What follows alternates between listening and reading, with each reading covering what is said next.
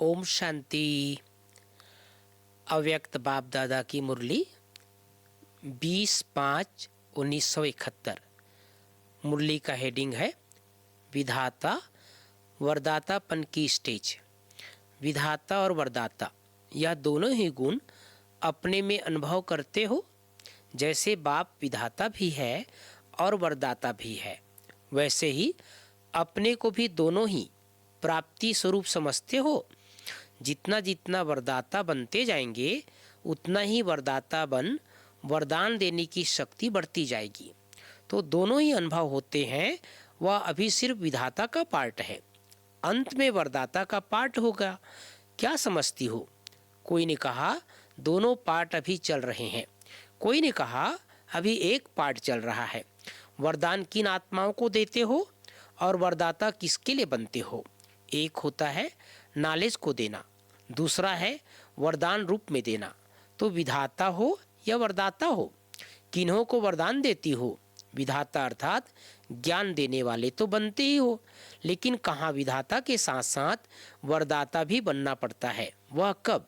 जब कोई ऐसी आत्मा हिम्मतहीन, निर्बल लेकिन इच्छुक होती है, चाहना होती है कि हम कुछ प्राप्ति करें। ऐसी आत्माओं के लिए ज्ञानदाता बनने के साथ साथ आप विशेष रूप से उस आत्मा को बल देने के लिए शुभ भावना रखते हो, वह शुभ चिंतक बनते हो।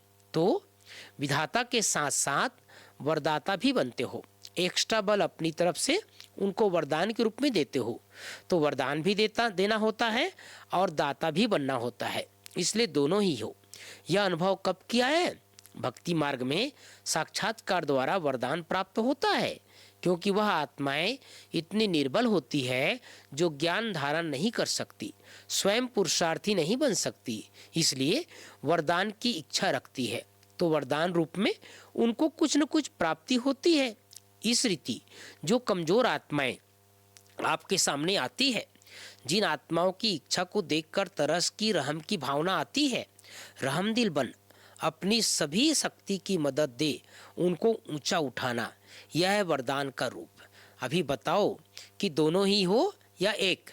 कोई आत्माओं के प्रति आप लोगों को विशेष प्रोग्राम भी रखने पड़ते हैं, क्योंकि अपनी शक्ति से वह धारण नहीं कर पाते हैं।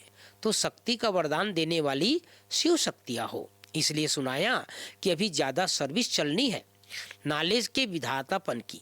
अंत में नॉलेज देने की सर्विस कम हो जाएगी, वरदान देने की सर्विस ज़्यादा होगी। इसलिए अंत के समय वरदान लेने वाली आत्माओं में वही संस्कार मर्ज हो जाएंगे और वही मर्ज हुए संस्कार द्वापर में भक्त के रूप में इमर्ज होंगे। तो अभी नॉलेज अर्थात ज्ञान के दाता की सर्विस है, फिर वरदाता की होगी। समझा? फिर इतना समय ही नहीं होगा, ना आत्मा में शक्ति होगी, इसलिए वरदाता बन वरदान देने की सर्विस होगी। अभी वह सर्विस कम करते हो, फिर ज़्यादा करनी होगी। अभी वारिस बनाने की सर्विस है, फिर होगी सिर्फ प्रजा बनाने की सर्विस। परंतु थोड़े समय में इतनी प्रजा बनाने के लिए, वरदाता मूर्त बनने के लिए मुख्य क्या टेंशन रखना पड़े? वरदाता मूर्त बन थोड़े समय में अनेक आत्माओं को वरदान दे सके, उसके लिए क्या करना पड़े? वरदाता बनने के लिए मुख्य पुरुषार्थ यही करना पड़े, बार बार जो भक्ति मार्ग में गायन किया है कि बारी जाऊं, या गायन अगर प्रैक्टिकल में कर लो तो जिसके ऊपर वारी जाते हो वह आपको भी सर्व वरदान देकर वरदाता मूर्त बना देते हैं। तो हर समय, हर कर्म में, हर संकल्प में यह सोचो कि वारी जाऊं का जो वचन दिया था वह पालन कर रही हूं, तो वरदाता मूर्त है ना। आप सभी भी बाप समान वरदाता मूर्त बन जाते हो। तो इतनी चेकिंग करते हो, एक संकल्प भी किसके प्रति ना हो।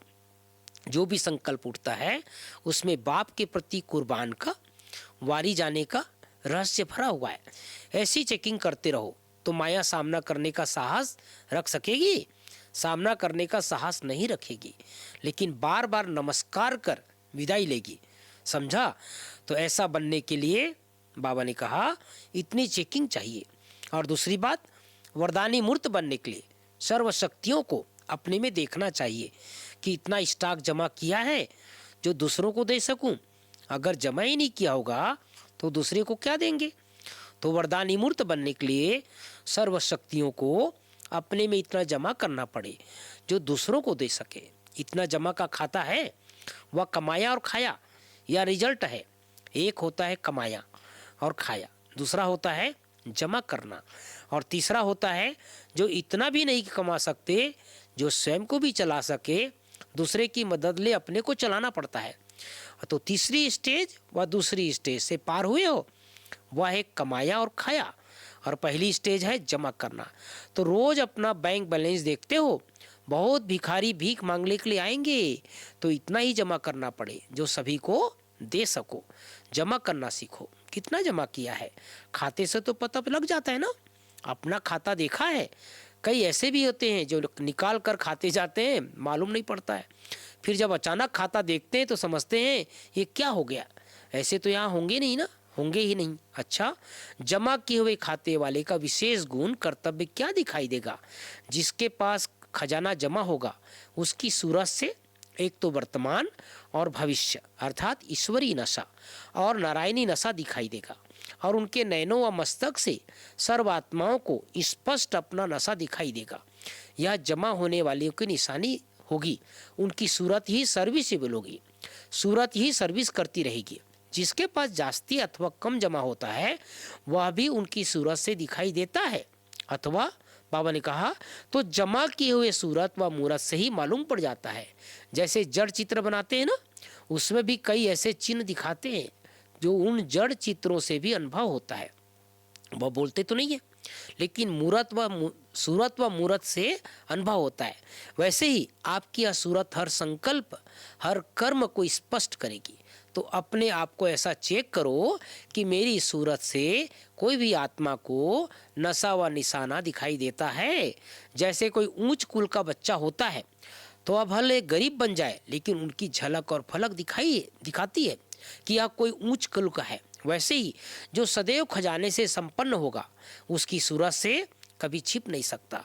आपके पास दर्पण है ना, सदैव साथ रखते हो, हर समय दर्पण देखते रहते हो। कई ऐसे भी होते हैं जिनको बार बार दर्पण देखने की आवश्यकता ही नहीं होती है, तो आप सेकंड सेकंड देखते हो और देखने की आवश्यकता ही नहीं पड़ती है। जब तक अपनी चेकिंग का नेचुरल अभ्यास हो जाए तब तक बार बार चेकिंग करनी पड़ती है। धीरे धीरे ऐसे बन जाएंगे जो बार बार देखने की दरकार नहीं पड़ेगी, सदैव सजे सजाए रहेंगे। जब तक यह सदैव सजे सजाए रहने की आदत पड़ जाए तब तक बार बार अपने को देखना और बनाना पड़ता है। जब 2-4 बार देख लिया तो जब माया किसी प्रकार से किस रीति से भी मेरे श्रृंगार को बिगाड़ नहीं सकती, फिर बार बार देखने की जरूरत नहीं है।